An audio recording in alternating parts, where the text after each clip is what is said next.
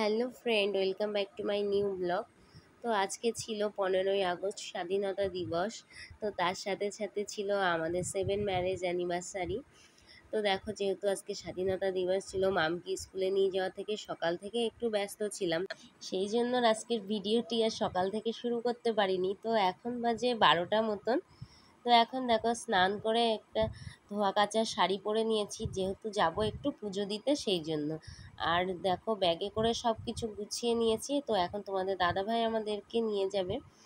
আর আমি চেষ্টা করি মামের বার্থডে, তোমাদের দাদাভাইয়ের বার্থডে আর আমাদের অ্যানিভার্সারিতে একটু মায়ের মন্দিরে কিংবা লোকনাথ বাবার মন্দিরে গিয়ে একটু পুজো দিয়ে আসা। তো প্রথমে তো ভেবেছিলাম আমাদের বাজারে একটা মন্দির আছে, সেখানে দেব। তো আজকে তাড়াতাড়ি পুজো করে গেট বন্ধ করে দিয়েছে। তো আর একটু সামনেই একটা মন্দির ছিল, তো সেখানেই এলাম। আর যেহেতু ভিড় ছিল না, খুব ভালো করে পুজোটা দিতে পেরেছি, খুব ভালো লাগছিল। পুজো দেওয়া শেষ হয়ে গেলে বৃষ্টির জন্য আমরা বাইরে দাঁড়িয়েছিলাম। দেখো, বৃষ্টি হচ্ছে বাইরে, সেজন্য এখানে দাঁড়িয়ে রয়েছে, বৃষ্টি কম না তাই। একটু আগেই বাড়িতে এলাম আর এখন বাজে 1:30। তো আজকে অ্যানিভার্সারি স্পেশাল মেনু হচ্ছে মটন বিরিয়ানি। তো এখন সেটাই আর কি রান্নার প্রস্তুতি চলছে।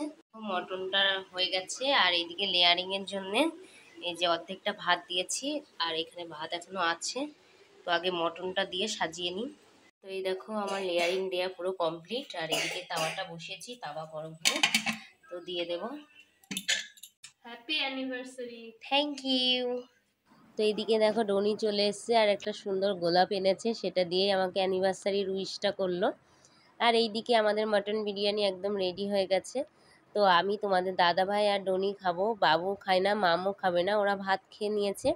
ওদের জন্য আলাদা ভাত রান্না করেছি। আর তো দেখো, মটন বিরিয়ানিটা এখন একসাথে প্লেটে সার্ভ করছি, তিনজনেই একসাথে খেতে বসবো। তো আমি যেভাবে বিরিয়ানিটা বানাই আজকে কিন্তু একদম অন্যরকমভাবে বানিয়েছিলাম, যেহেতু আজকে সময় হাতে খুব কম ছিল। কিন্তু আজকের বিরিয়ানিটা সবচাইতে বেশি টেস্টি হয়েছিল, সেটা সবাই বলছিল।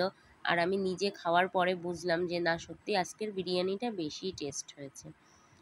তো তারপরে দেখো, খাওয়া সেরে একটু রেস্ট করে চলে এলাম রুমে। একটু ডেকোরেশন করে নিয়েছি একদম সিম্পলভাবে।